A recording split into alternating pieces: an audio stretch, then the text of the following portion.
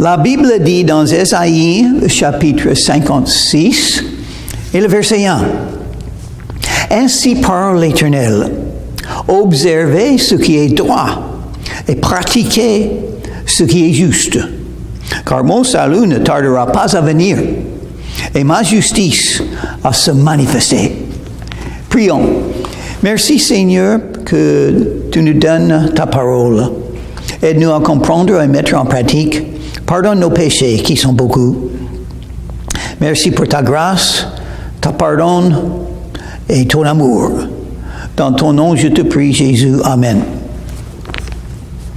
Donc, c'est un commandement de l'Éternel à nous, les croyants. Observez ce qui est droit et pratiquez ce qui est juste. On a déjà lu au chapitre 53 que Jésus est mort pour nous. Il a beaucoup souffert pour pouvoir nous pardonner. Nous avons vu que le salut nous est donné et un avenir. Un avenir. Avec les bénédictions de Dieu, avec les enfants spirituels qu'il va nous donner. Le fruit. C'est pourquoi nous sommes là. Jésus a dit, je suis venu chercher et sauver ceux qui sont perdus, et il nous a donné le même appel. Comme le Père m'a envoyé, je vous envoie. Il a dit. Et donc, notre grand objectif, comme croyants en Jésus, c'est aider les non-croyants à venir à Jésus. Chercher et trouver les brebis perdues. Mais une autre chose. Maintenant, on est sauvé, on a la vie éternelle, on a une relation personnelle avec Jésus, on a toutes les promesses de la Bible, on a l'amour de Dieu, on a toutes les bénédictions de chaque jour. Et nous avons un commandement. Faire ce qui est juste et droit. Faire ce qui est juste et droit, ça c'est la volonté de Dieu. Qu'est-ce que c'est la volonté de Dieu pour votre vie et la mienne? D'avoir une vie de sainteté. Donc, quand on pêche, ça veut dire on a beaucoup failli. On a beaucoup tombé. On n'a pas fait la volonté de Dieu qui m'a sauvé. Il est mort pour moi. Certainement, je peux mourir pour lui, n'est-ce pas? Donc oui, la vie est comme ça. On vit, on souffre, les choses arrivent. Et j'aimerais bien avoir ça, ça serait bien d'avoir ça. Mais mon cœur est brisé. Mes rêves sont perdus. Ça n'arrive pas. Ce n'est pas la volonté de Dieu. Je n'ai pas reçu ce que je croyais vouloir. Non, d'autres ont reçu, mais moi j'ai perdu. Qu'est-ce que je peux faire? Je peux faire ce qui est droit. C'est très important. Une des armes spirituelles, c'est faire la justice. La justice, la cuirasse de la justice. Nous avons la justice de Christ donnée à nous gratuitement. Quand le Père nous voit, il voit la justice de Jésus-Christ.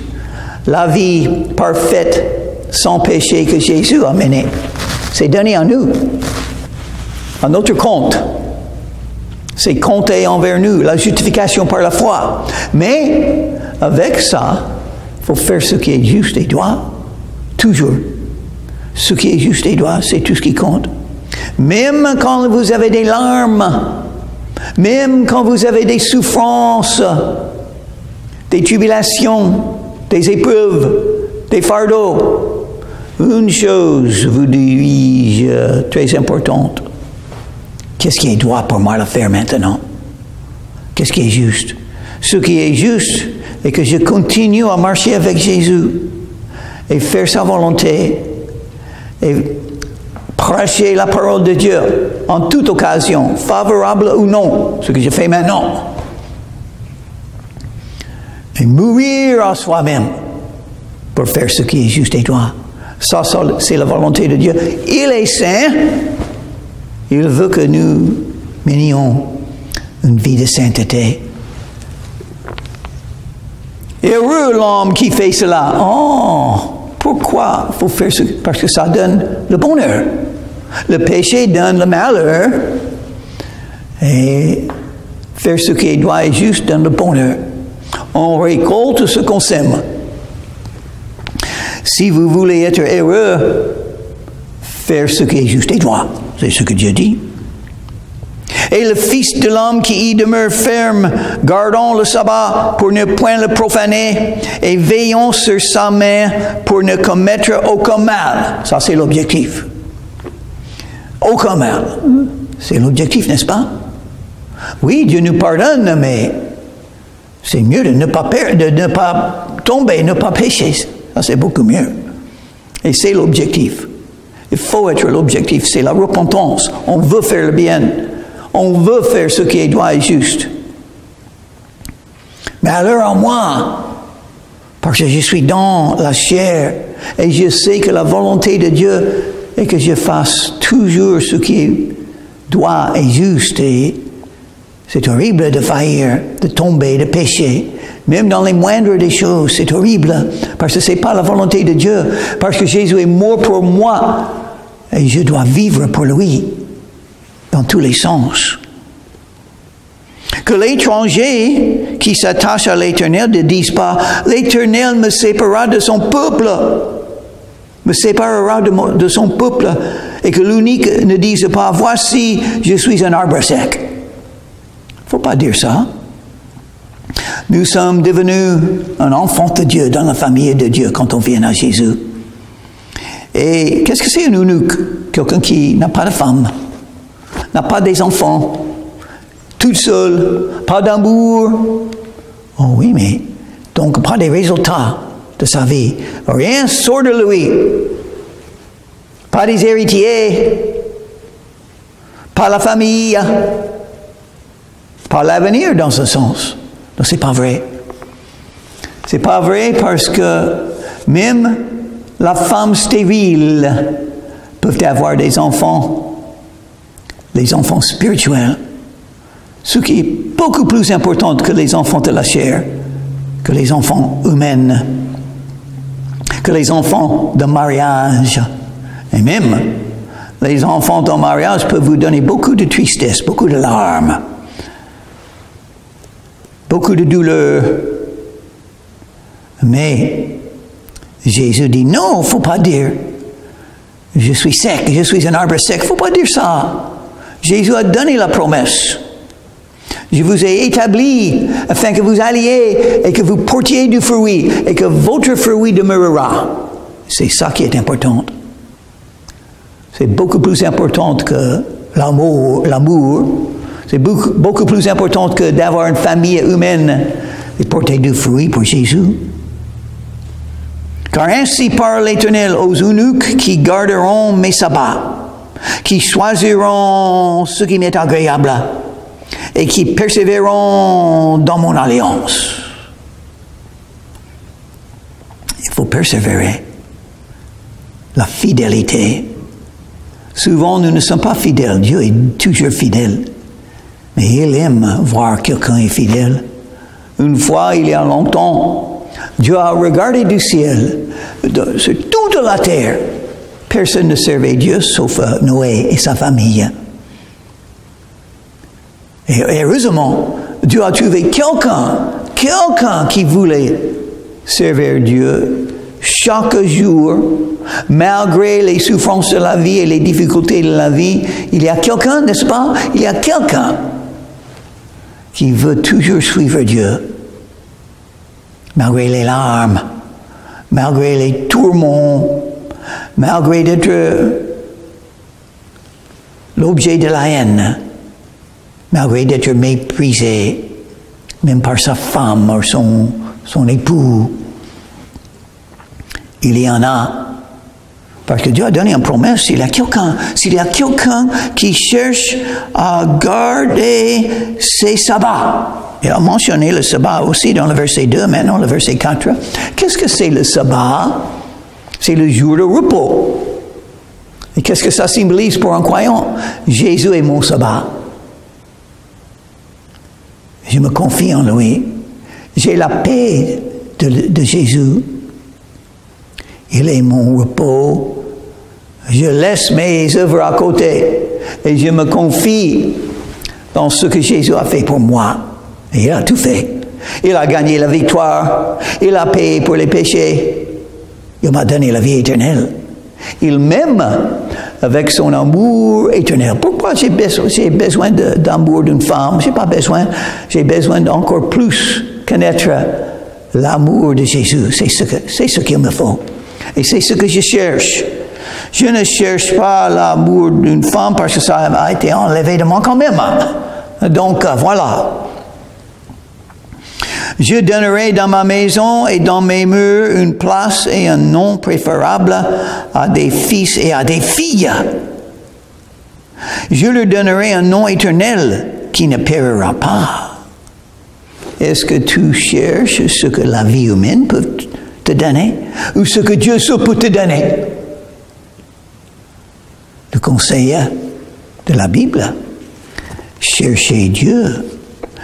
Cherchez premièrement le royaume des cieux et sa justice, et toutes les choses vous seront données. Il parle de persévérer, il parle de continuer. Et les étrangers qui s'attacheront à l'Éternel pour le servir, même pas des Juifs, il invite tous. Ésaïe était un prophète juif. Il parlait au peuple d'Israël. Et maintenant, on parle des étrangers. Tous dans le monde sont invités, sont appelés à venir à Jésus et devenir les serviteurs de Dieu.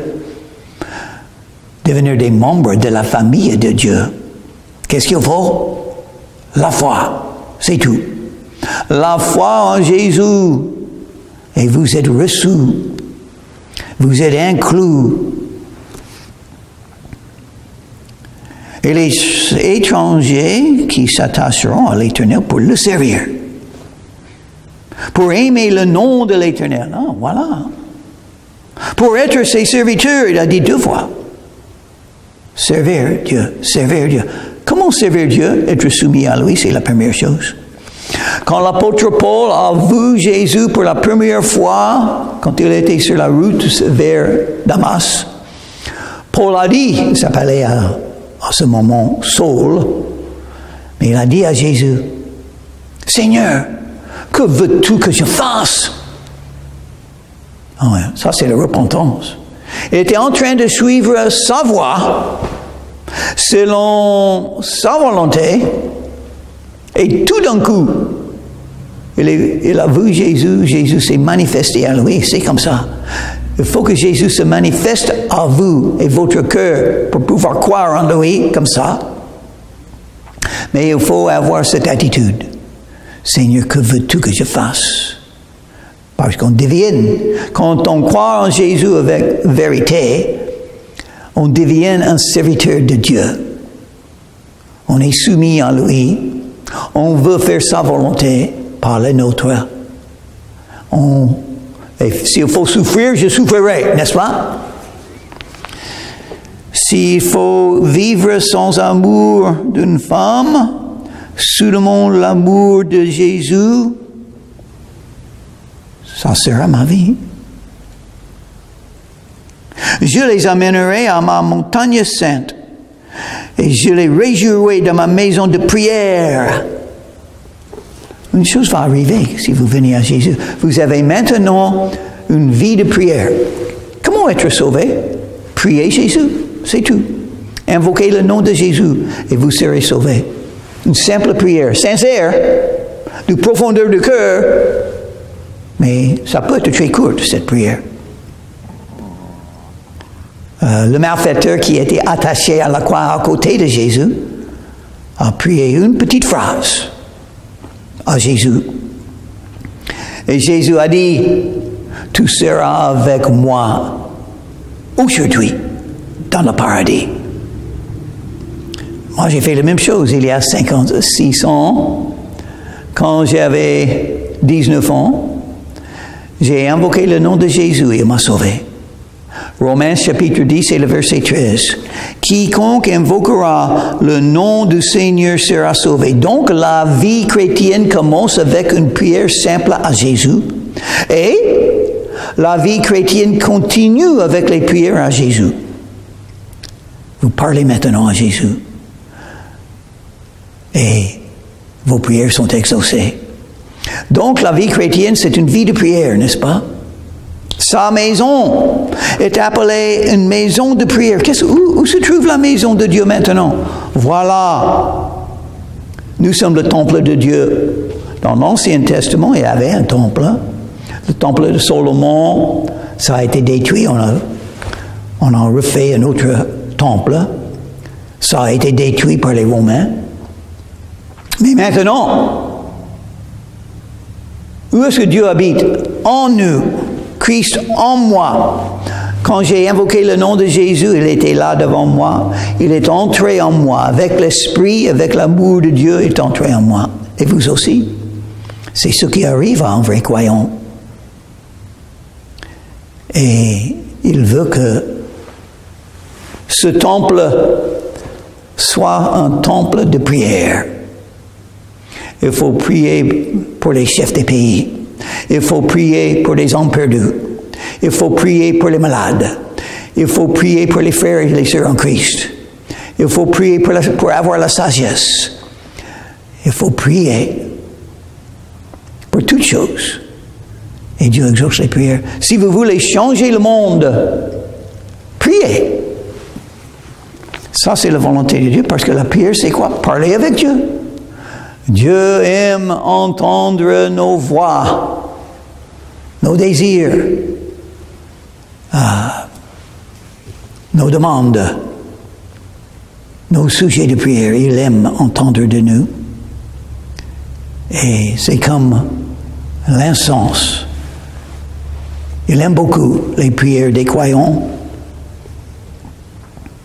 Leur holocauste et leur sacrifice seront agréés sur mon autel. Pourquoi? Ça symbolise ce que le Christ ferait. Le Christ est mon sacrifice. Il est mort sur la croix de Calvaire. Je me rappelle de ça. Je parle à Dieu grâce à ce qui est arrivé à mon autel, ce sacrifice. Mon sacrifice, le dernier de tous les sacrifices, le plus grand de tous les sacrifices. Mieux que tous les sacrifices ensemble, le sacrifice de Jésus. Il s'est sacrifié. Il s'est donné pour nous. Tous ces tourments, ces souffrances, la honte qu'il a subie. On a arraché la barbe. On a donné des coups avec la verge sur le dos. Une couronne d'épines sur la tête. Les clous dans les mains et les pieds. Combien il a souffert pour nous. Pourquoi? Parce qu'il était un sacrifice pour nous. Tué à notre place. Car ma maison sera appelée une maison de prière pour tous les peuples. Il a dit 2 fois. Oh, Jésus a cité ce verset. Quand il est entré dans le temple, les gens étaient là pour vendre et acheter. Et Jésus a dit, le temple n'est pas pour ça. C'est pour la prière. C'est pour parler avec Dieu. Qu'est-ce que vous faites avec votre temple, si Dieu est là-dedans? Qu'est-ce que vous faites avec? C'est fait pour la prière. Vous êtes là pour prier, invoquer le nom de Dieu. Chercher sa volonté. Lui dire que tu l'aimes. Dire la même chose que Paul. Seigneur, que veux-tu que je fasse? Il va te donner des choses difficiles des fois. Des souffrances, des fardeaux, peut-être des persécutions, des tribulations. C'est une guerre spirituelle. Tu es un soldat maintenant dans une guerre. J'espère que tu es préparé pour cette guerre. Et la prière, c'est une arme spirituelle très importante. Si vous avez toutes les armes spirituelles, vous pouvez en lire. Éphésiens chapitre 6, commençons le verset 10, dernier mentionné, la prière. La prière pour vous-même et la prière pour les autres croyants. Le Seigneur, l'Éternel parle, verset 8. Lui qui rassemble les exilés d'Israël. Oh, ils ressemblent.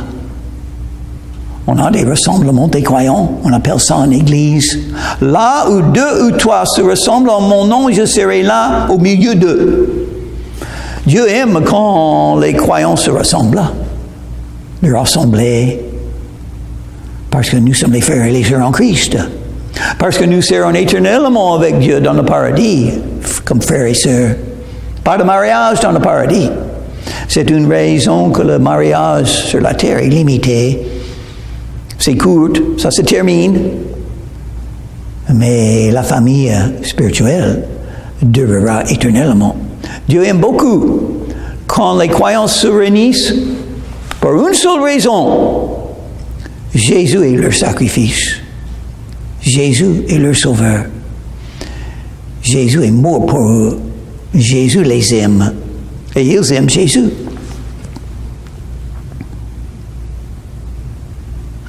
Je réunirai d'autres peuples à lui, aux siens, déjà rassemblés.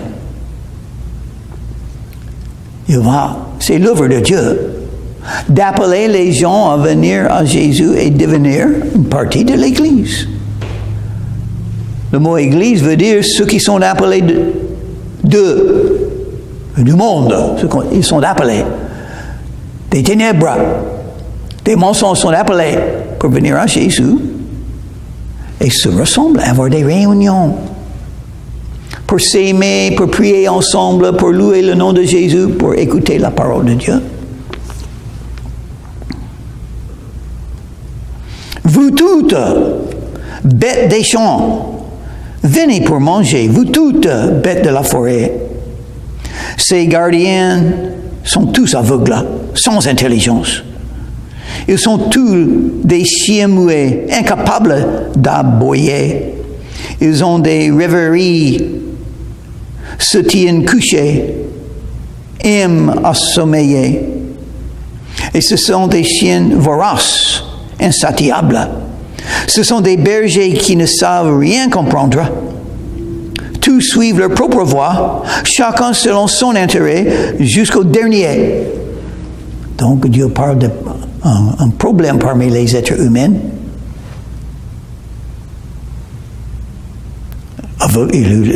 Les aveugles, sans intelligence, comme les bêtes des champs.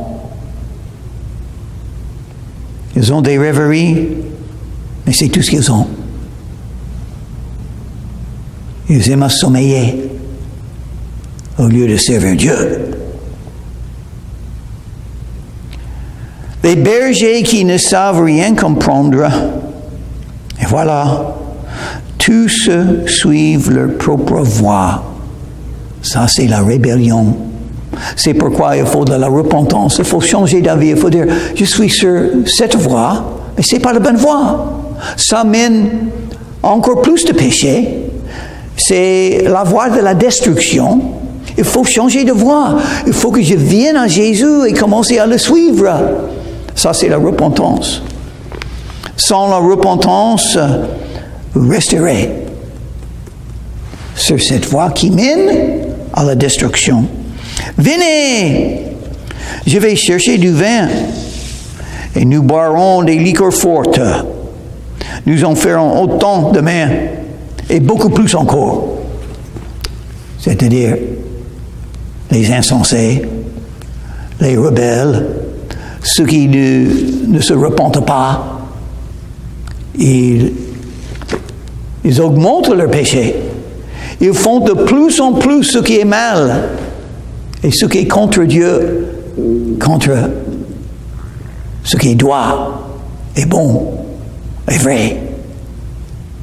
Et ça mène au jugement, à la destruction de leur âme. C'est pourquoi il faut venir à Jésus. Il vous pardonnera de tous vos péchés. Il vous donnera la vie éternelle. Prions. Merci Seigneur pour le salut que tu nous donnes. On te prie Seigneur que tu nous donnes beaucoup de fils et filles spirituels. Guide nos pas Donne-nous la grâce de pouvoir souffrir pour toi, simplement de suivre la voie que tu nous donnes, mais d'être encore plus comme toi, de chercher les brebis perdues, devenir les gagneurs d'âme. Aide-nous, Seigneur, fais ce qu'il faut afin que nous puissions être plus comme toi. Dans ton nom, je te prie, Jésus. Amen.